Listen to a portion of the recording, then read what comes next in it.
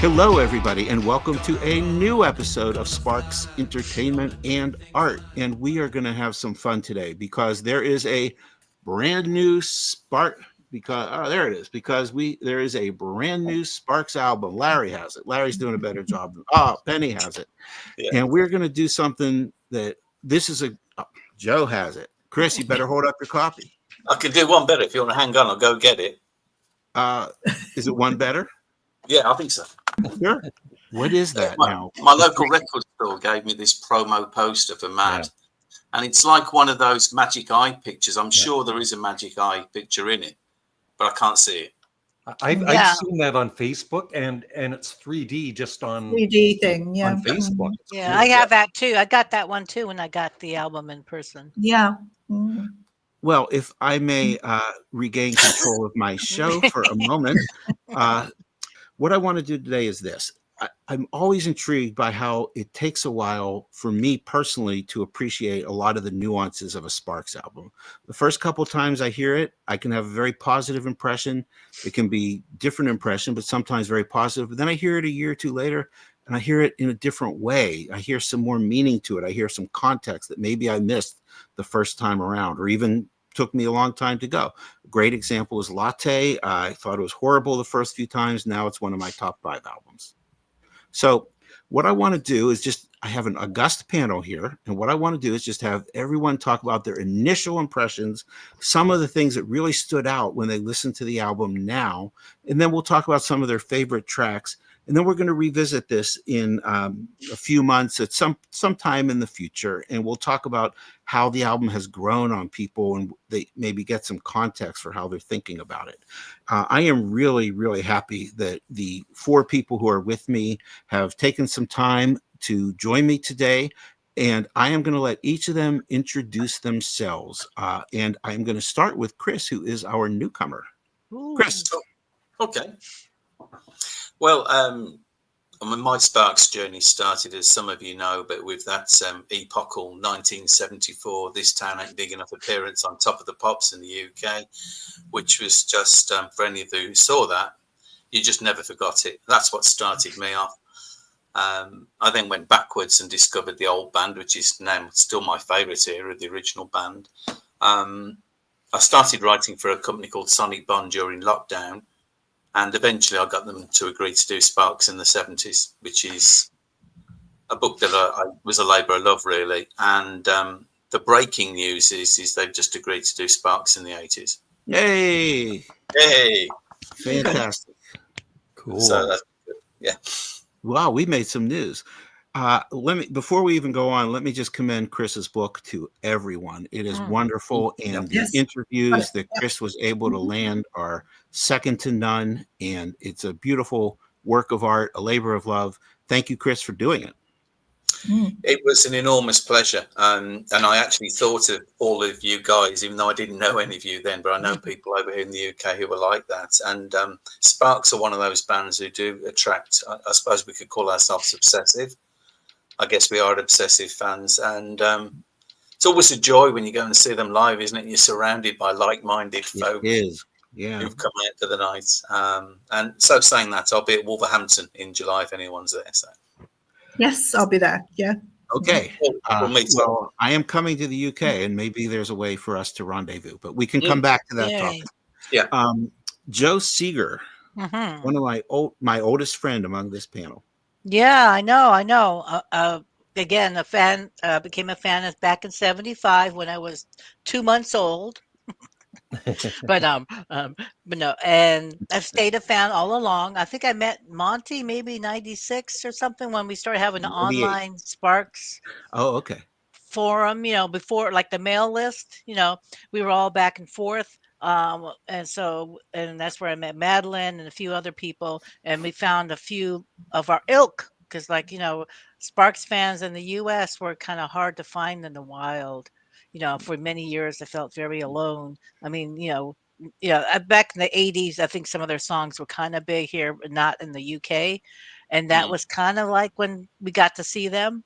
But yeah, I mean, we are an obsessive bunch. It's funny. I posted the picture of their new album and this cassette and stuff on Facebook, and some of my old friends who knew me when probably think she's still into that band. I You know. know, I know they're still alive. She's still alive. Kind of thing. Yep. But and I laugh because I think some people will scratch their head and think, "Wow, some things don't change." She still likes Godzilla and she likes Sparks. Some Some things things. don't change. Yeah, yeah. Penny Brown. Okay, like Chris, I was there on that day in 1974. Saw Sparks on Top of the Pops, and we went to see them live the following year in '75 in what I now have to call Manchester, of course. And then kind of lost sight of them during the '80s. Obviously, they were over there with you. And really only came back in 2006 with Hello Young Lovers. I saw them locally for that and have been keen fan ever since then. Fantastic. And Penny has been on the show a couple times, I believe. So it's great to have you back. And you. Larry Gray is the legend whose name speaks for itself. Yes. Yeah, I've been a fan since seeing them on television, on the American TV show, The Midnight Special in 1974. And there was a lean period in the mid-90s when, for like 4 or 5 years, I thought they were gone, like they were finished, because I wasn't keeping up with the newsletters or anything. And then one day, new album, and I was back into Sparks again. Yeah. Well, Larry has been a longtime advocate, a lot of stuff on his great channels about the band, and I commend it all to anyone who likes this band. And Penny, you have written about the band, so I'm going to let people know about that too, and I will have a link so they can read about some of your great thoughts about the album. And Joe, you are you. Yeah, I'm all over the place with doing all kinds of things. So I don't have a page and I don't have a channel. I just kind of lurk in everybody else's pages and channels. How about that? Well, we love having you. And this is a great crew. So what we're going to do, we're going to just give our initial impressions about the album and some thoughts that have hit us maybe a little deeper than that, as well as some of our favorite tracks at this stage. And I can go on for an entire hour, and that would not be fair to any of the people who are here right now. So what I'm going to do is I'm going to see who wants to go first. All right. It looks like Joe has raised her hand. Yeah. I'll get it out of the way. Sorry, Larry. We'll get to you, Larry. Okay. Yeah. I'm just teasing around. Yeah. Well, it's definitely entertaining and artful to get your side. I appreciate that. I really do like this album. I mean, sometimes I'll listen to things in the car, and if with each listening, I started liking it more and more. And I was just listening to it again before, and there's different parts of it that I like. There's a few songs that I'm still working on, but only a few. I just kind of been letting it play. I really like it. I think I like it better than Latte. For the last two albums, it's kind of hard to rank things. But like for my, of course, the songs that we heard first, the singles, whatever, that kind of, I knew which ones were my favorite, like My Devotion and Drown in a Sea of Tears. But I really like A Little Light Banter. But that's like an old type Sparks song. And it makes me happy when I hear that. And I thought it would fit well on Indiscreet, actually, when I thought about it. And Lord Have Mercy, I think, is my favorite, though. That's my favorite. That's a wonderful song. And I'm looking at the lyrics, and they don't seem so cynical like they normally are. It's just let's come back to that point. Yeah, Let's come back to yeah. that point. So I love it. I do love it. I think I'm going to love it even more. So by the time we see them in September, I'll be very excited to hear some of these songs. Yeah, I can't wait. I can't wait to see them. But I never can wait to see them. So I know you Penny Brown. Okay. Very first time through, I thought, wow, this is musically, I think, a lot more. Won't say more. It was very exciting, and there were some kind of unusual aspects of it. Lyrically, at first, I thought it was relatively simple. straightforward. That was the very first time. Second time through, started seeing more of the layers in the lyrics, which is I feel happier talking. I'm not competent to talk about the music, but I still stick with that. I think the music is very sophisticated in some places, I think, anyway. But the lyrics, I'm beginning to see those other layers, and I'm beginning to see links with some of the sentiments in Latte. And sentiments from way back as well. The second thing, if I may quickly, is I was interested to see how political. What's an example of a sentiment going way back? Going way back. Oh goodness! Well, because the sentiments from Latte, I think, are pretty logical progression. But I'm wondering what your thoughts are. Going a little deeper. Well, I mean, the things like the guy who doesn't like to be seen in daylight, or the guy in Jansport's backpack, remind me of. I mean, they're very characteristic, very typical Sparks male insecurities. Say that going way back. But I was struck particularly in Daylight, thinking of Johnny Delusional. Who's what is it? Possibly attractive from afar. It just reminded me of not being seen in daylight. But the other thing was I was waiting to see how political it was going to be, because I remember I did a thing about Latte being their most political album to date, I thought. And the first time through, I thought, oh, maybe it's not so political. I was expecting to be even more so. But now I listened to it again, and there's those same kind of aspects to it, but I think they're more subtle, and they're not actually naming names or pointing fingers in very wisely. I mean, they want to be let back in after all. But I think there are a lot of links with the political ideas in Latte, but more in how they relate to the individual. I mean, particularly in "Hit Me, Baby," for example, and in Lord Have Mercy. Hit Me Baby is the most straightforward. I think a few others too, though. We'll come back to that. That's a great point. And let's move on to Larry Gray's. Well, my first reaction to hearing the album was my first reaction. Oh, I thought your camera froze. It's a comedy bit, Chris. You're supposed to laugh. He's waiting for something. The thing is, we had heard how many, like 5 of the songs before the album was released, or was it 6? No, I think 4. Right? Like right at the last minute, they released the banners. So 4 or 5. Oh, right? yeah. So you almost heard half of the album. Which, I know. Maybe that's something we can talk about later, about them releasing so many singles before the album came out. So my first time listening to it, it was kind of I was a little surprised it wasn't as much of a change as I thought it would be with what they had done the last 2 or 3 albums. But I liked it. First listen, I did like it, but like Monte says, on further listens, you just get more and more out of certain songs, and you also kind of change your favorite songs. Like my favorite song now is different than it was a couple of days ago. All right, tell us, what is it? Well, I'll say my top 4 favorite songs at the moment are number 4, Lord Have Mercy. Kind of gives me Bon Voyage vibes for some, maybe because it's the last song. But number 3 is Drowned in a Sea of Tears, which I think is I would possibly say that's the best song on the album, but it's not my favorite. Number 2, In Daylight. And number 1. Wait. We're going to go for the suspense factor. Okay. Oh. We're going to hold off on number 1. Hold off on number 1. That is so interesting. This town ain't big enough for both of us. No. Yeah, it's like iconic. It just always is going to be number 1. We're going to save for last our newcomer, the great Chris Sutton. Oh, hello. What are your thoughts, Chris?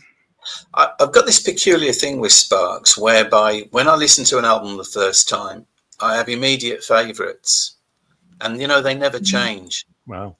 Honestly, never. They always stay right at the top of my list. I might add others to it, but even on first listen, there's something that just gets to me, that strikes me. This is an unusual one for me because for the first time ever, I found that, and I was actually starting to worry a bit, most of my favourites, I think they're all in the second half of the album.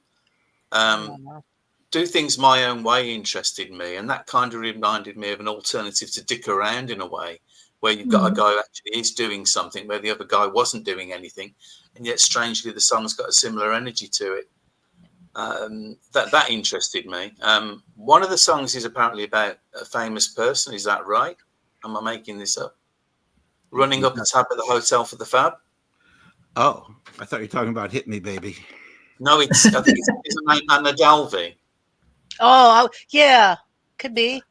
I believe there's rumours that that's who it's about. This Anna Dalby character. Now, yeah, and I can see that now. That's what I heard. But my 4 songs anyway, and Lord Have Mercy, and a guitar solo. My God, a guitar solo. Number 3, My Devotion.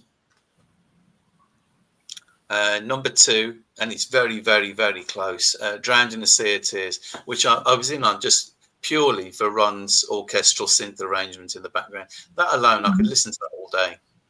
When he has those dueling synths coming, is terrific. I think that I'm going to stop you there for that suspense factor. We're going to go back and come back I to know the you other are. ones. But those are all. Every track on here is a winner in my view. But here's the main thought I want to give you. I'm going to give you a couple thoughts, but then I want to get your reactions to a couple thoughts. One is that all right. My first reaction when I heard it was I don't dislike it. Okay. I didn't get it. I didn't understand it. But I didn't dislike it, but I knew I had to hear it a few more times. And as I listened to it a few more times, it gradually grew on me to the point that I really started to think this is a good collection of songs. And then it got to the point where all of a sudden, boom, I was driving. I had the whole thing on at a good volume. And I said, okay, this is an album. And that's what I like about it. And that's why I'm not like Larry, I'm not crazy about all those songs being released in advance. I get that they do it, but what I liked about this, and Larry, if I mischaracterize your view, just say so. But that's my view. Is I'm not crazy about it, though I enjoy hearing the songs. But an example is Jansport Backpack, which I didn't think much of until I heard it in the context of the album.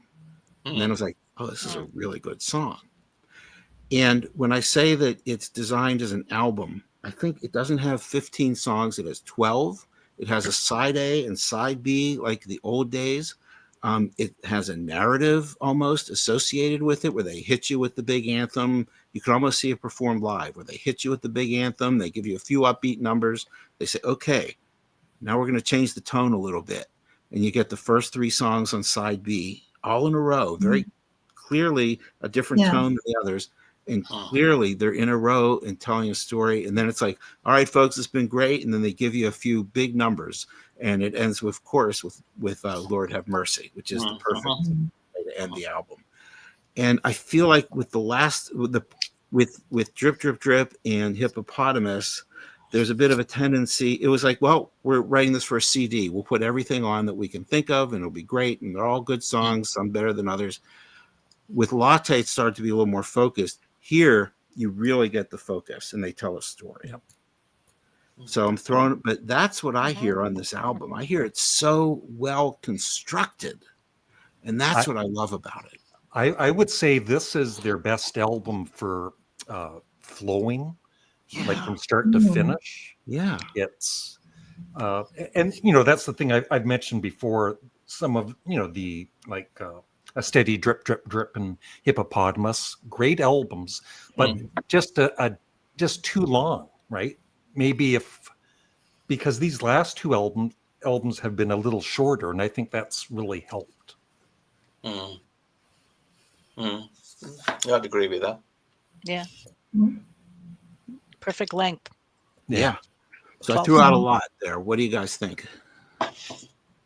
I was wondering, is anyone detecting any difference in Ron's lyrics or in the style of the band? do you get any sense that they are kind of softening up to some degree? Well, he's got two songs, My Devotion and Lord Have Mercy, Yeah. which are, Yeah. they're not Yeah. jokey songs, right? He's being sincere. Penny. That's Sorry, I thought that was- in one of the interviews, I think it was in the Variety magazine, Russell spoke about that issue of sincerity, and he said Yeah. there are some songs on this which are, we do mean them sincerely, so people are always looking for the sting or looking for the irony. He said, but sometimes we ought to be sincere, and I think that's comes in the songs that you've been talking about, particularly in the second half. Yeah. When I wrote the book, one of the Chris. points that somebody was making, one of the band musicians, I think it was James Mankey, had said that he felt that there was almost like a smoke screen or a screen around the males, that they would articulate through the words all of these scenarios and things that we love, but you couldn't personalize them back towards Ron or Russell necessarily. And over the last few albums, I am starting to think that whether this is coming directly, personally from them, more than I ever used to feel back in the day. What do you think, Joe? No, I agree with that. Like I said, Lord Have Mercy and My Devotion are just, beautiful songs, and the words are wonderful. Although, My Devotion, I'll write your name on my shoe, which cracks me up, like with all that, It's like I can't find my left shoe. Something about shoes and love, but I understand the shoes and love thing. But yeah, I mean, I was reading the lyrics. These are really sweet lyrics. Usually there's some, like you said, there's something behind it, some cynical. Because sometimes a song sounds gorgeous, and then you start looking at the words, and you're like, oh. But in this case, they both are just beautiful, and the sentiment is great. Um, and even the last album, there was a few songs on it like that, that just got me in my heart. Not just the mind. So let me just add a quick note on that. Did you notice that in My Devotion, there's a reference to being in arrears, and then in All That, there's a reference to thanks for the loan. So there's something there that they're getting at. But Yeah. If I interviewed them and I asked them that, I don't think I would get a straight answer. Probably wouldn't be what I'd lead with. So No. But I do want to get to Penny and hear some thoughts about the lyrics. Well, as I said, I did think at first that they were simple's not the right word, but it's linked with this question of sincerity. I mean, for example, in Lord Have Mercy, you could argue that there are various other levels. I suppose if you really wanted to argue for a cynical level, you could. But I think they're fairly straightforward, and I think they are from the heart. I mean, Ron did say that recently, I think that these songs were not about their personal, not personal in the sense of about their lives, but personal in the sense of feelings or which he thought that were human, and sincere in that sense, without there being a little flip side or an ironic side. I mean, for example, I saw one of the reviewers had said about a little bit of light banter that is he mocking the couple, an elderly couple or a middle-aged couple, and I thought no, I think it's about how to survive life, and I think it's a really genuine and sincere song, but it's because there is this because of they have this history of the humor or the irony or the slight cynicism that people are trying to dig it up where it isn't necessarily there. And I think that's how I feel about this album. There are more sort of sincere elements to lyrics. I mean, there are some layers in some of the songs, clearly, Sure. Notably in Hit Me Baby and things like that. There are a few layers you could dig out, but I do feel that sincerity is a good word for this album. It's coming. So the way I look at this personally is that, and this might be an overstatement, is that what you've seen in the last couple albums is a transition from Sparks being a vehicle for Ron and Russell Mael to convey their music to simply being Ron and Russell Mael. And it's a very subtle, nuanced difference, but in my mind, you're hearing all the things that all of you were just talking about. They're just talking about what they want to talk about. They don't, there's a couple story songs, of course, but you don't get the guy who did the suicide pact and his girlfriend didn't. You didn't get the guy who's playing at the Notre Dame Cathedral just so he can get laid. You don't get, you can go all the way back to the guy who's bemoaning the end of the jazz era on the very first album. I mean, that's been a hallmark of them. There's a little bit of that for sure, but it's really Ron and Russell Mael talking about what they see now. And since they're so damn talented, it sparks all the way, 100%. But it's just a very interesting evolution. Does that make any sense to you guys? Yes. Yes. It's just like the song "Hit Me, Baby." That's about the way the world is now, and that's Ron and Russell responding to it. That without mentioning anybody's name. You can name all you want. I don't care. I know. I'm not going to mention President Trump. Well, he's going to be your president soon, Larry. You're in Canada, right? Yeah. 51st state. Woohoo! You also have a king, though, remember? That's the plan. Yeah. There's somebody knocking on my door. I know, really. All right. Well, we're getting a little distracted here, but these are some great thoughts. Can I ask? Yeah, go. Can I ask a question? Sorry, about the first song, which is so upbeat, "Do It My Own Way." They've said this has been our mantra all our lives, and yet there are still songs on this album where you've got the insecure. I mean, the very next one, the insecure guy, the Jansport backpack, or the guy who couldn't save his girlfriend who's drowning has drowned in a sea of tears. So and then there's the guy in Don't Dog It who actually does go and ask advice from two people. So it seems that notion seems a bit at odds, to recommend my advice, no advice. Right. And then you see someone who does ask advice in Don't Dog It and so on. Yeah. I don't know. It only struck me yesterday that disparity. I wonder if anybody had thought the same. What are your thoughts, Chris? I think it's a strong album, definitely. Some of the tracks that I struggle with, but I find ironically the ones that I'm struggling with more are the ones which I don't think are coming necessarily from them personally. What's one that you're struggling with? Well, Jansport Backpack, to be honest, is one. That to me sounds a bit kind of typical of what they might have done 10 years ago or something. It's not that I don't like it; it's just that I'm not there with it yet, as you were saying earlier. And this is very true with Sparks. Yeah. Another one, Don't Dog It, I'm not over excited by. Yeah. In fact, I really start to come into it on about the second half. That's never happened to me before. I'll admit I was starting to worry a little bit as it went on because nothing was really hitting me. And I'd ignored all the pre-release singles except for Drowned in a Sea of Tears. That was the only one somehow I managed to catch. Yeah. That's so interesting. When I hear it, now I hear it as a full, it zips by, in my opinion, too. Yeah, it does. It really does. Yeah. And when I hear that the whole thing, it makes sense to me, but there is something you've really picked up on something because when they hit you on side 2, and I'm going to call it that, maybe that ages me a little bit, but that's okay. I'm old. In Daylight, I-405, a long red light. There's a different tone there, and there's a different kind of message, I think for me, in that case, My Devotion, I think, has been deliberately moved away from that for some reason, because I think if you put that onto side 2, then you really would be hitting home personally. Yeah. My Devotion sounds like it's about somebody to me who they know. Yeah. And I don't normally feel that. I mean, something for the girl with everything. I didn't imagine that Ron Mael or Russell had a girl who was that bad. Maybe they did. I sometimes wonder with some of these more serious songs if Ron is writing to his brother.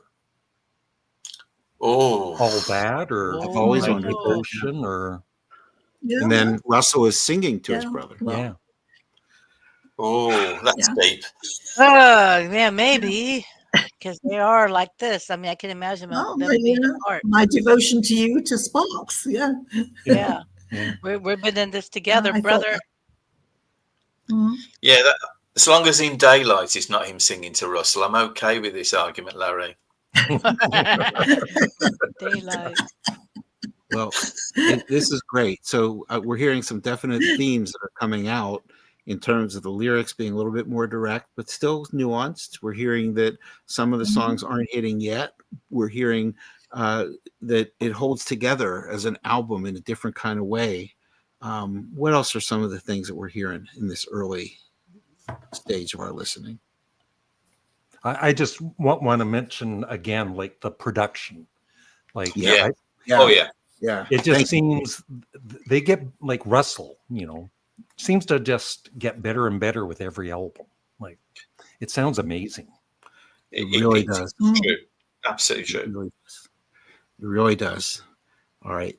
So let's hear what your favorite songs are right now. Okay. I know Larry's been waiting and waiting for this.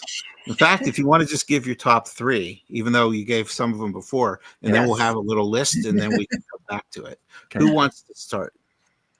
I'll Larry, go first. you love this. Go for it. So number 3 is "Hit Me, Baby." I especially love the when Russell sings "Man, oh man, alive, where are their heads at?" That part Yeah. there. "In Daylight" is number 2, and number 1. It took me a while to get into the song. Not that I didn't like it at first, but it's my favorite right now. "Running Up a Tab at the Hotel for the Fab." I love that one. Yeah.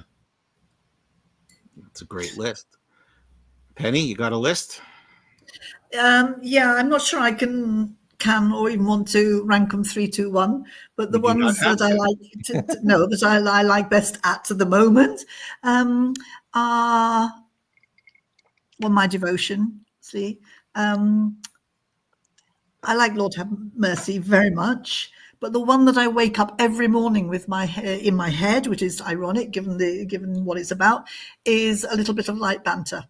Mm-hmm. And I cannot. It's such an earworm, I really love that. It is an earworm. They know how to do earworms. Yeah. Chris. 3 and 2 change a little bit. "Drowned in a Sea of Tears" 3, "My Devotion" 2, but that could be either way around depending which one's one. But number 1, and this hit me right like a nuclear bomb straight away, was "In Daylight."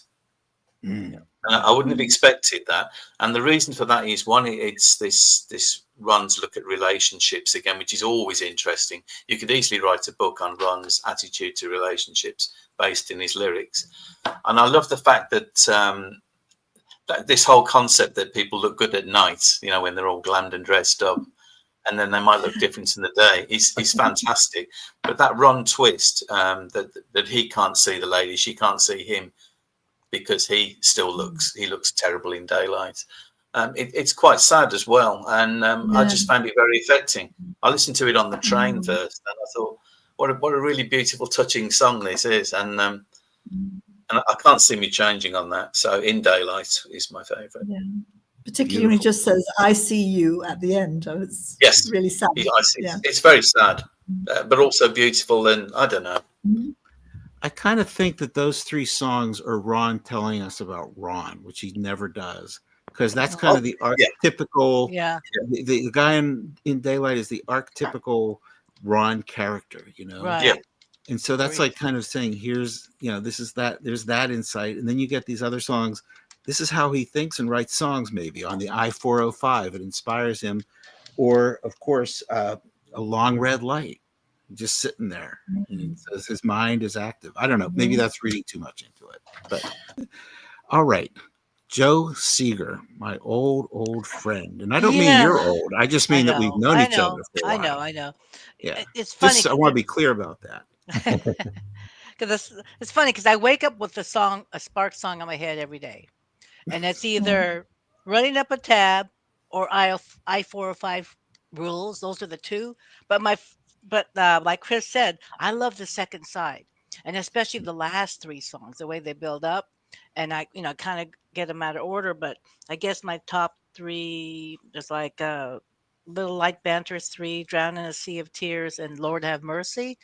But then those other two, I wake up every damn day with those one of those two songs in my head. I'm in the kitchen and this is what I'm hearing. I'm like, oh, I'm going mad. Oh, I think that's what the Joe, work on me. does it I seem didn't. like that Mad an album to you?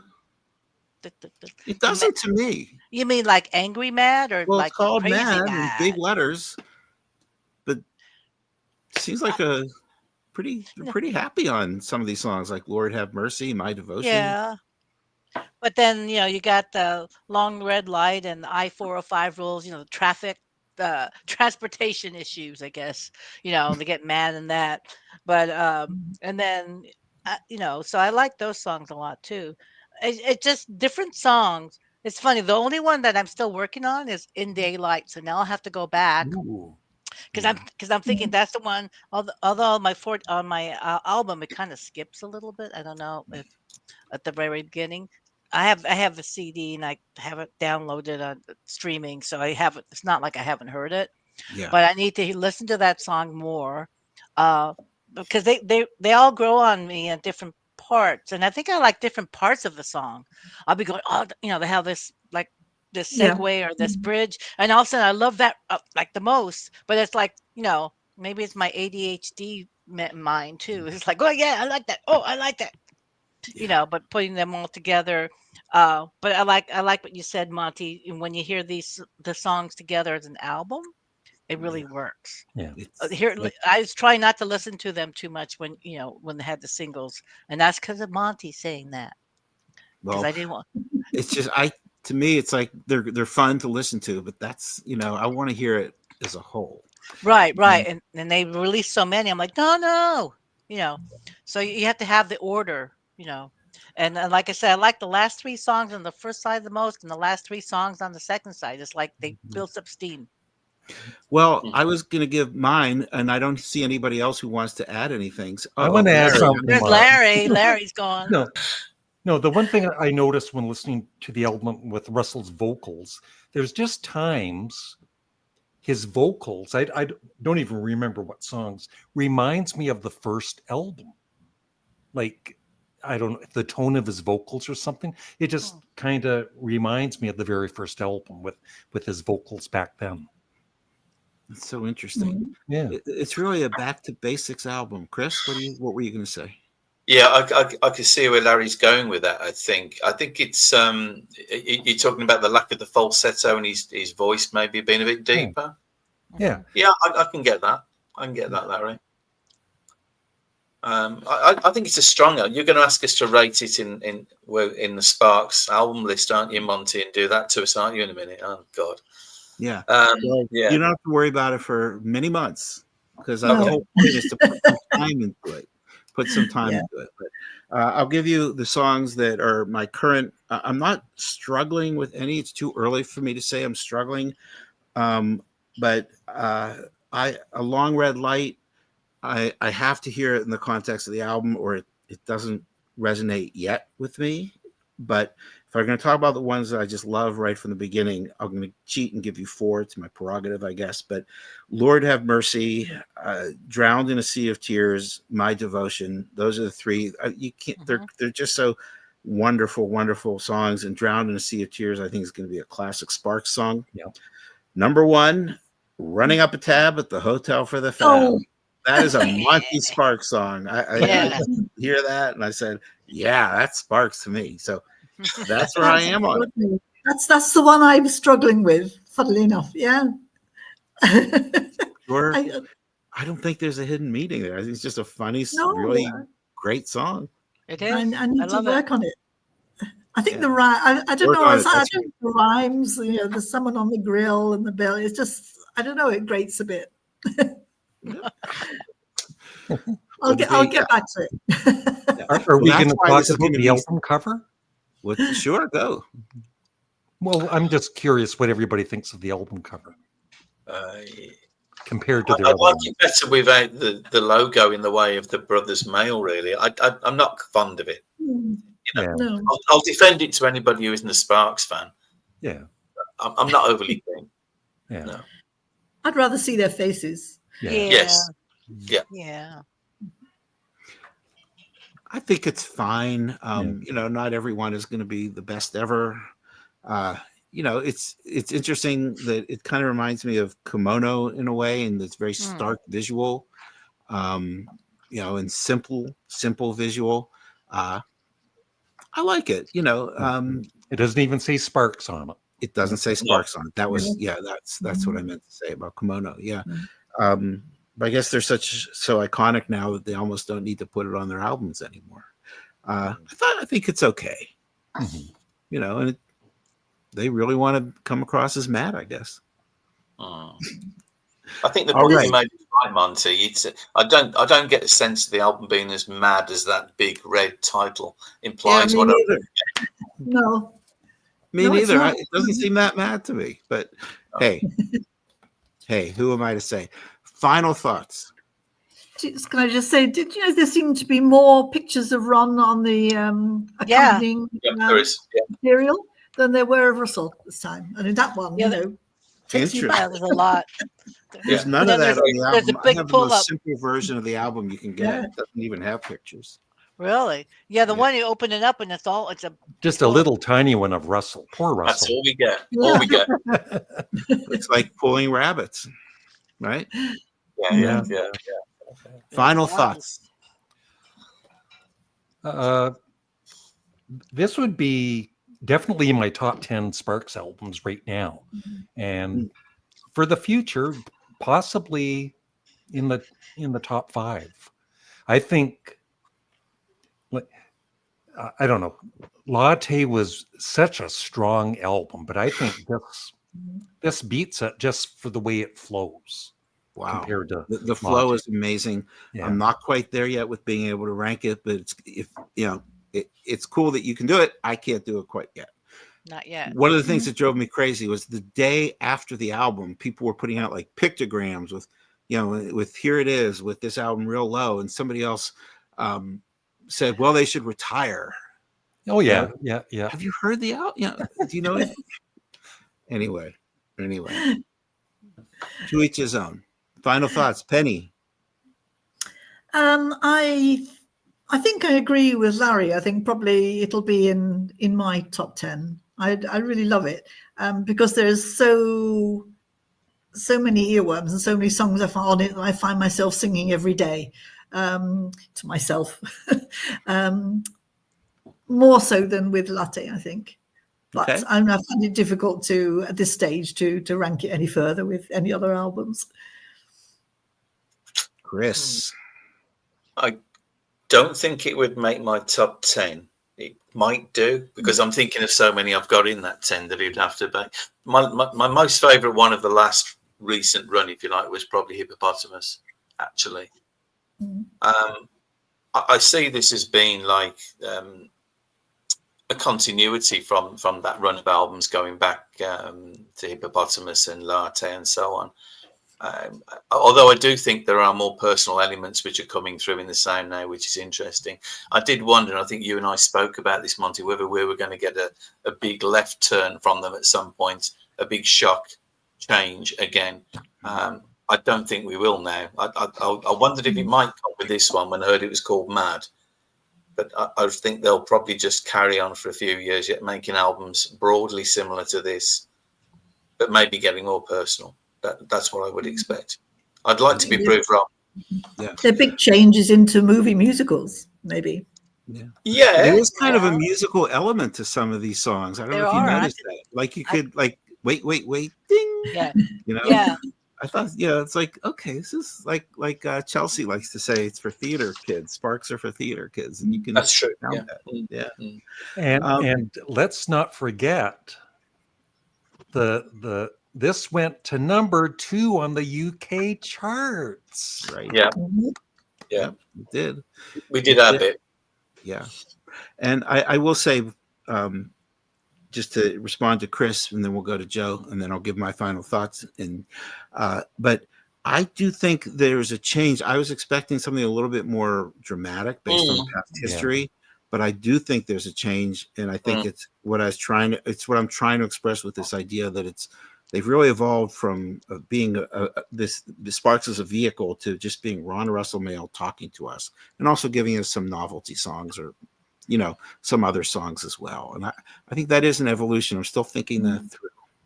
Yeah, I agree with you on that. I do agree with you, Monte, on the nuances and the change in that. I mean, I was thinking back, to the 70s when we had those big left curve changes that they made, and whether they would do that, or even with Little Beethoven when that was a real shock change. Yeah. I don't think we'll see something of that nature again. But you know what, Chris? I wouldn't put it past them. Me Even neither. at this age, I wouldn't put neither. it. Joe, what do you think? I think this is going to be ranked up there too in my top 10. I mean, it's hard to just pick 10, right? Because I have different eras. Of course, there's the kimono propaganda too, right? But then there's some in the 80s, and then the last four, like somebody mentioned. But it's I think it's up there. There's, like they said, many earworms. There's a lot of sing-along songs. There's a lot of theatrical, like Long Red Light. I could see that in a movie. It was almost like a net kind of thing. Wait. But there's a couple other with the violins and stuff. So it's like crazy movie music that I love, but short songs. Not long songs. I like short songs. Yeah. Well, we'll see. I am not ready to even go as far as you guys did in terms of even hinting at a ranking. I'll let you know in a year or whenever.